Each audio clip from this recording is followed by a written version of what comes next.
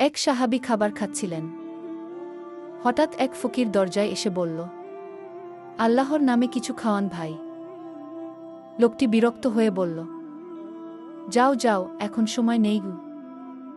ফকির চুপচাপ চলে গেল। পরের দিন লোকটি আবার খাবার খাচ্ছিলেন।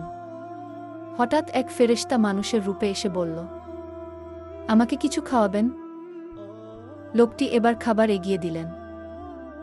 ফেরেশতা বললেন, আমি সেই ব্যক্তি নই যাকে তুমি আজ খাওয়ালে। আমি সেই ছিলাম যাকে তুমি গতকাল ফিরিয়ে দিয়েছিলে। আজ তোমার দ্বিতীয় সুযোগ ছিল। লোকটি থমকে গেল। আল্লাহ রিজিক দেন অনেকভাবে, কিন্তু পরীক্ষাও নেন হঠাৎ করে। বেশিরভাগ মানুষ তা বুঝে না। আমাদের উচিত, দরিদ্ররূপে কেউ দরজায় আসলে অবহেলা করো না, হয়তো ফেরেশতা এসেছে পরীক্ষা নিতে। ভিডিওটি ভালো লাগলে লাইক, কমেন্ট, শেয়ার করে চ্যানেলটি সাবস্ক্রাইব করে পাশে থাকা বেল আইকন প্রেস করে পাশে থাকার অনুরোধ রইল। দেখা হচ্ছে নতুন কোনো ভিডিওতে।